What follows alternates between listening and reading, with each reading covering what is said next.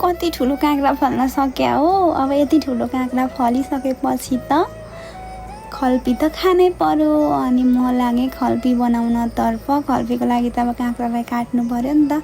गुदीहरू सबै त फालेर हल्का हल्का चोट पनि लागेको थियो काँक्रालाई।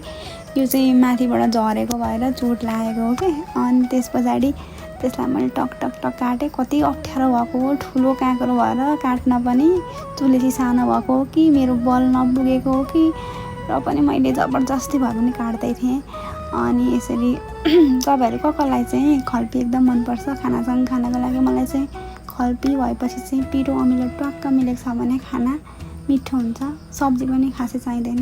खल्पी अनि दही अनि माम भएपछि त उडिहाल्छ नि। अनि हामीले काटिसकेपछि त्यसलाई नुन बेसार हाल्यौँ।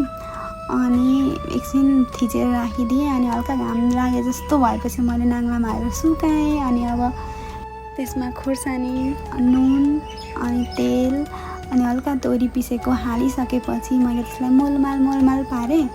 अनि मजाले मोलिसकेपछि चाहिँ अब बट्टामा हाल्नको लागि मैले बट्टामा हालेर खान थालेँ। मजाले खादियो भने चाहिँ अमिलो हुन्छ नि त, सबैले सुन्नुभएकै होला। अनि मैले पनि मजाले खाँदेँ। 2टा बट्टा चाहिँ भरियो, आधी मात्रै काटेको थिएँ नि त मैले चाहिँ। अनि हामीले चाहिँ यसरी खल्पी रेडी गऱ्यौँ। अब 2 दिन पछाडि यो खल्पी खानको लागि रेडी हुन्छ। तपाईँहरूको कसलाई खल्पी मिठो लाग्छ? मलाई चाहिँ एकदम मिठो लाग्छ। अनि यो खल्पी हाल्न पनि एकदम मजा लाग्छ के। अनि मैले चाहिँ यसरी हालेँ। पानी यति धेरै निस्केको थियो त्यो खल्पी अब मजाले सुक्न पाएन नि त। अनि यसरी पानी निस्क्यो। पानी त फाल्ने कुरा भएन। अनि मैले सबै पानी पनि त्यहीँ हालेँ। अनि यसो गर्दा गर्दै 2 बट्टा भरियो। अनि मैले बिर्को लगाएर राखेँ। देखाउँदैछु 2टा बट्टा भयो भनेर। आजलाई यति नै, बाई।